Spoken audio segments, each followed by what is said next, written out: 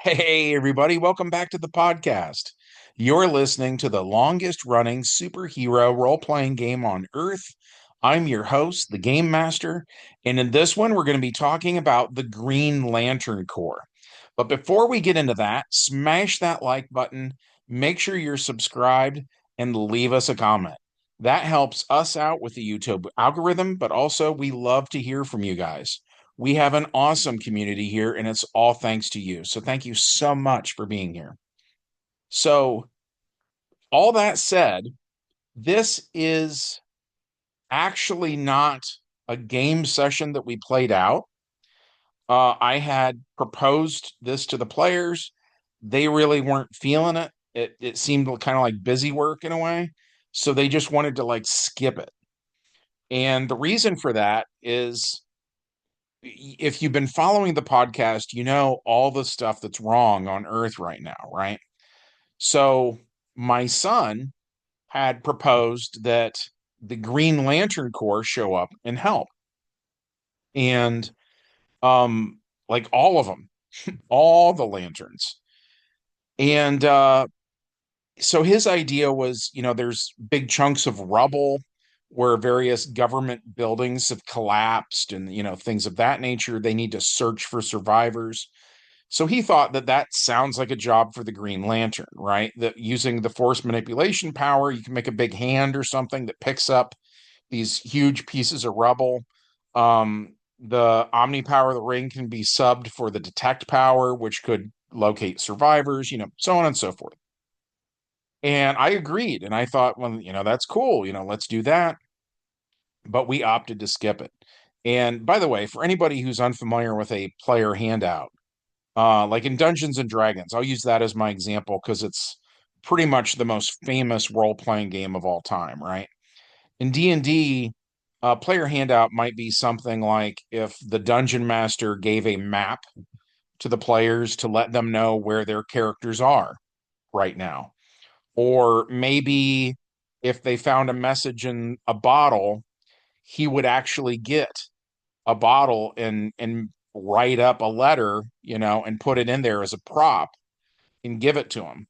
And then sometimes, when you read that for yourself, maybe there's some clue or, something like that.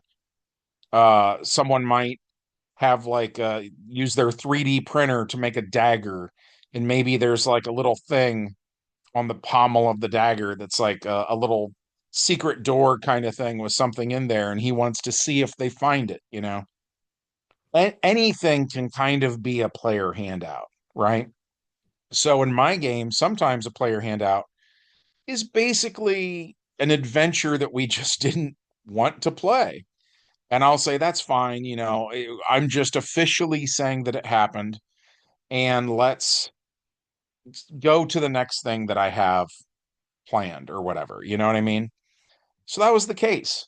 They felt like search and rescue just didn't sound like fun. So we skipped that one.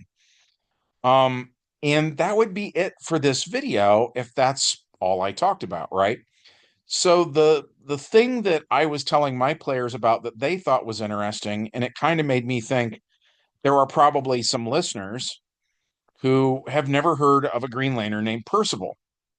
So I thought, well, we could do that to fill some time. And I really like Percival, so I thought I would just tell you his story in addition to what I've already told you. So the story of Percival starts with the story of the Owens, right? So we need to kind of rewind the clock. Before the Owens, and hopefully everybody knows who the Owens are. If you don't, that's fine. They are very, very short. They tend to have blue skin. They tend to all look like old men, is the classic thing. And some of the recent stuff, they started to have female Owens, which is weird because for years the continuity was the Owens used to live on this planet called Maltus, and they were known as the Maltusians, and they were men and women. And one of the scientists was a male Maltusian named Krona, and he created this time viewer, and he looked back at the creation of the universe, and the way the story goes is basically that he saw like a galaxy or something spinning inside of the palm of this gigantic hand, a hand bigger than a galaxy, and the hand belonged to whoever created all of this, right? The creator of reality. And so doing this was like forbidden. Krona wanted to see for himself, where we all came from and stuff like that. And so in that moment, he released into the universe um evil, chaos, and magic. And what is, in my opinion, very strange is that DC Hero, or not DC Heroes, the game, DC Comics back in the day said all three of these forces or energies, or however you want to look at it, right? That they were all one in the same. It was kind of this triune kind of situation, and I thought that was very odd.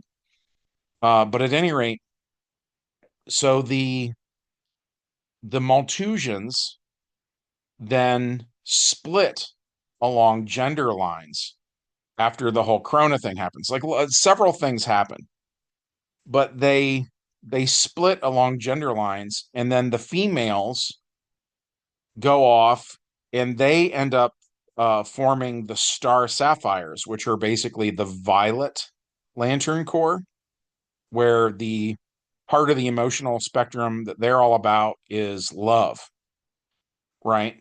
Whereas the male Malthusians go to Oa and, for the most part, become known as Owens. They first they make the Manhunter androids, but then that doesn't work out. So after that, they make the Green Lantern Corps. And you know how earlier I said in DC, at least back in the day, because there's been a zillion retcons since then, but back in the day, they said chaos, evil, and magic were all kind of all the same thing, basically, right? So therefore, the Green Lantern rings were supposed to represent the opposite. They were supposed to represent goodness and order, and they worked based on science, right? By the way, at one point, all of the evil, chaos, and magic was gathered together somehow and placed inside of our sun, the sun we see in the sky from Earth. And it stayed in there for a really long time, and it was kind of boiling under pressure and stuff like that until, because it is chaotic and magical and all this other stuff, it kind of ejects out of the sun eventually, and it falls to ancient Earth in the form of a meteorite, which is found by a guy in Asia. And it says, well, he hammers it, and he makes a Asian style lantern out of it. Or I guess I don't think that's the right term, right? When we're talking about objects, it's Oriental, I think, is the correct term. I don't know. I want to use the correct term, and I'm fumbling over my words. You know what I mean, though, right? He creates a lantern indigenous to that area and that time period, and so on and so forth. And when he does, it glows bright green, and it says, "Three times shall I flash, the first to bring death, the second to bring life, and the third to bring power." And so there's this brilliant flash of green light, and it kills this guy. So eventually it ends up in Gotham City in the Golden Age, in Arkham Asylum. And you know how often in Arkham Asylum they have people like the Riddler, who is obsessed with riddles, or they have Catwoman, who's obsessed with cats, or whatever, right? You know what I mean? So they had this guy back then, before World War II broke out, and his obsession was lanterns. And so they give him this old lantern, that's ancient at this point. But this guy who's kind of nutty and stuff is like agitated that it doesn't look like his other lanterns. So then he does his blacksmith thing to it, gets it hot, works with the metal, yada yada yada, turns it into a like more Western style lantern that would be the kind of thing you would find in America in that time period, and so on and so forth. And it flashes bright green and it says the same spiel again, right? And then it cures him of his insanity. And so that's the thing when it says the second time I will bring life. It's giving him a new life or a new lease on life, however you want to look on it. So he leaves saying he doesn't want the lanterns anymore. He has no idea why he was ever obsessed with lanterns. Arkham Asylum doesn't know what to do with all these lanterns, so they donate him to the railroad. And then Alan Scott ends up on a train that goes off of a cliff. Kind of think of like the end of Back to the Future 3, right? When that train went off a cliff. Similar thing. And as it's going off the cliff, he reaches out just out of instinct to try to grab a hold of something. And what his hand finds is that green lantern that's hanging there. That is actually, we would call that the Star Heart, because, like I said, they bundled all that stuff up and put it into a sun, right? And so when the literal smoke clears from this crash, he is undamaged, right? He's fine. And it flashes green light and it says, the whole thing, third time is I will bring power. The power it grants him is the ability to be the Golden Age Green Lantern, which interestingly enough was not a member of the Green Lantern Corps. It was a whole other thing. Um, and like I said, whereas their rings are all about good, order, and um, science, the Starheart is actually supposed to be in old school continuity the embodiment of evil, chaos, and in magic, right? Um, so he was a massively powerful dude. And then people ask, well, why did it look like a lantern? Because the Starheart could kind of sense uh its equal opposite out there in the stars. You know what I mean? Um, at any rate, I'm probably spending too much time talking about Alan Scott. The point was, though, that the Malthusians had gathered all those forces together and had created the Starheart, right?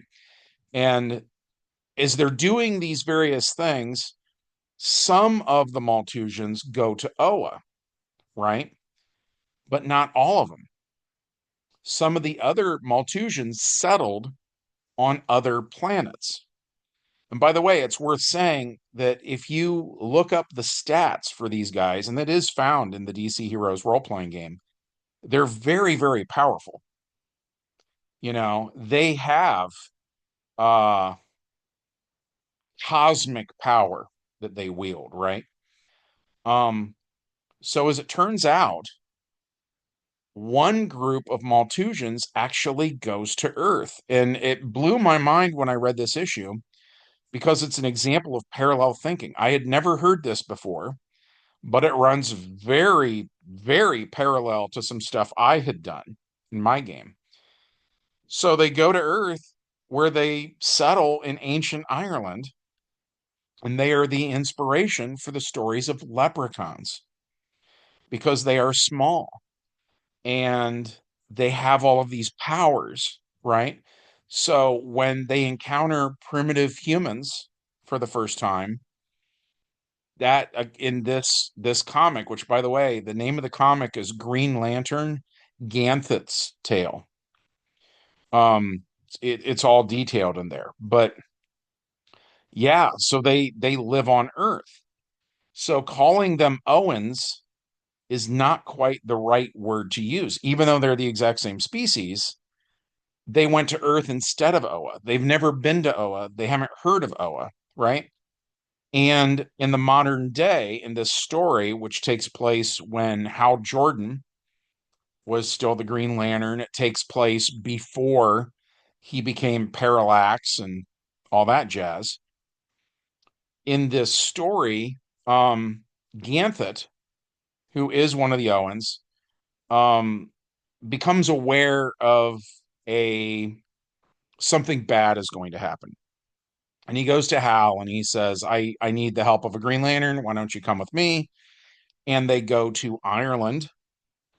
And interestingly enough, they find this tree, and it is very stout. It is ridiculously thick and stuff like that. And so I can't remember now if it's Ganthet or Hal, but one of them creates a blade out of glowing green energy and slices just a little bit off the side of the tree, enough that you can see into it.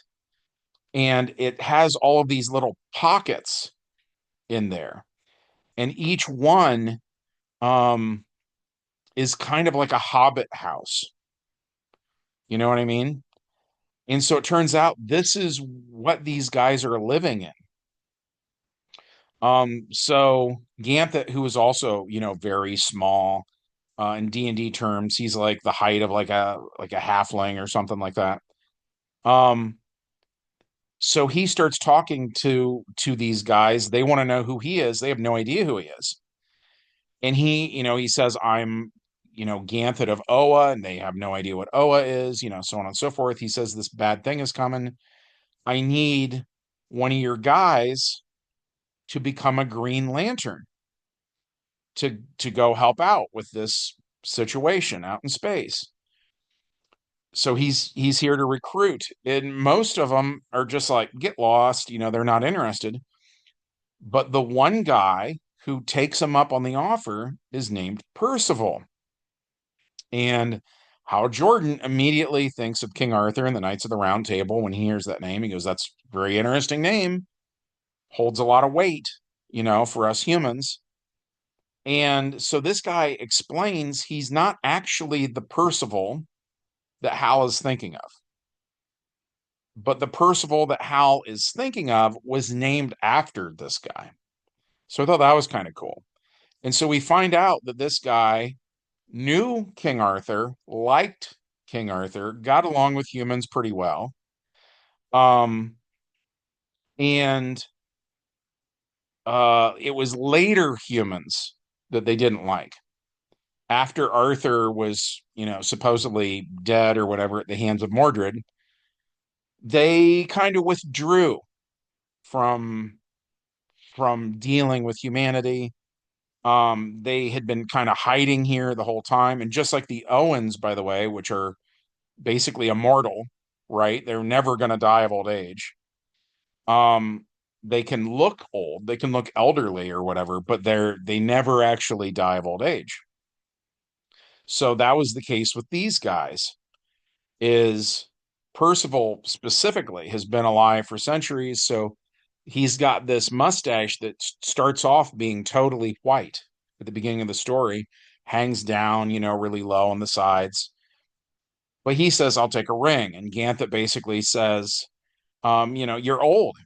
You're an old man, what the heck? And he's like, so what? So are you. You're out doing stuff. So Ganthet eventually relents, gives him the ring, and he does pretty good with it. The other thing, interestingly enough, is he seems to be subbing the ring's omnipower to make him get younger. So as the story goes on, his mustache is getting black. So that starts kind of like right under his nose, and then throughout the story, it's going down to the tips. By the end of the book, the tips of the mustache are still white. I assumed that given enough time, though, that is no longer going to be the case. You know what I mean? That it's going to be totally black again, that he's making himself totally young again, stuff like that. And this guy has massive willpower. What they give it in the DC Heroes rulebook is 30 APs. Hal Jordan has 25 APs. So this guy has more willpower than Hal Jordan, which is crazy. But to the best of my knowledge, this is his only appearance. John Byrne did that comic. I thought it was pretty good overall. They actually go deal with this crisis in space, and I thought that part was kind of boring. I wasn't into that. And I guess there must have been other people that thought it was boring too, because like right after that is pretty much when they decide to, let's just get rid of Hal Jordan. Let's make him a villain. Let's bring in Kyle Rayner. Let's just get rid of the Green Lantern Corps, blah blah blah, right? Though everything they did in the 90s was, I think, like 2 years after this story. And then as a consequence of that, they kind of imply, I would assume, that as Parallax, Hal offed Percival. I don't like that myself. He and Percival are getting along just fine in this comic book, you know. But the thing that was interesting in our game is over the years, we've had so much happen that the almost all of the Owens in our game have passed away, because of stuff like Black Lanterns and Necron and so on and so forth. And by the way, they've killed off the Owens in the comics several times. At one point, they had this old comic, I think it was called Green Lantern Mosaic. And in that, um, the Owens are no longer the guardians of the universe, and John Stewart becomes the first guardian of the universe who's not Owen, and I thought that was kind of cool. Um, but at any rate, yeah, so we were thinking in our game world, we're like, man, like the Owens are practically gone by now. Ganthet was the last Owen at one point, and then he went on to create the Blue Lantern Corps on the planet. I think that planet's called Odin. Let's say it's like Odyn. I could be wrong. Feel free in the comments to correct me if I'm wrong, by the way. I don't get it right all the time. I'm painting in very broad strokes with this stuff. But but at any rate, we were saying how in our game world, we've never said that Percival died. He's an incredibly good fit for what we're doing right now. He has a connection to the Owens, right? He is the same species as them. So it brought up this whole thing of like, we haven't really said who is on Oa, who is kind of calling the shots, so on and so forth. So Percival's name has been kind of nominated as him being sort of the main guy, in a way. So we haven't for sure said that's the case, but we are considering it, especially considering all the Arthurian stuff we're into these days.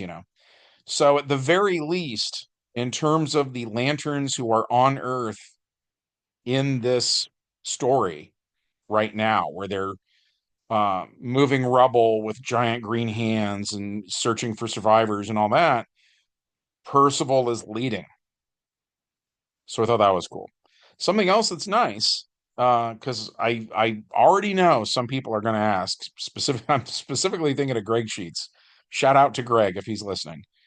I'm sure he's going to be wondering if I'm saying that Percival answers to Arthur. No, he is not actually the Percival of the Round Table, despite his name. He was just basically such a great guy that the Percival of the Round Table was named after him. So no, he does not work for Arthur. That does not mean that Arthur indirectly commands the Green Lantern Corps. Not the case. Um, I think they would see each other as equals. I think they'd be on good terms because they say in the comic he knew Arthur, he liked Arthur. The only reason he quit hanging out with Arthur was because Arthur seemed to be dead there for a while.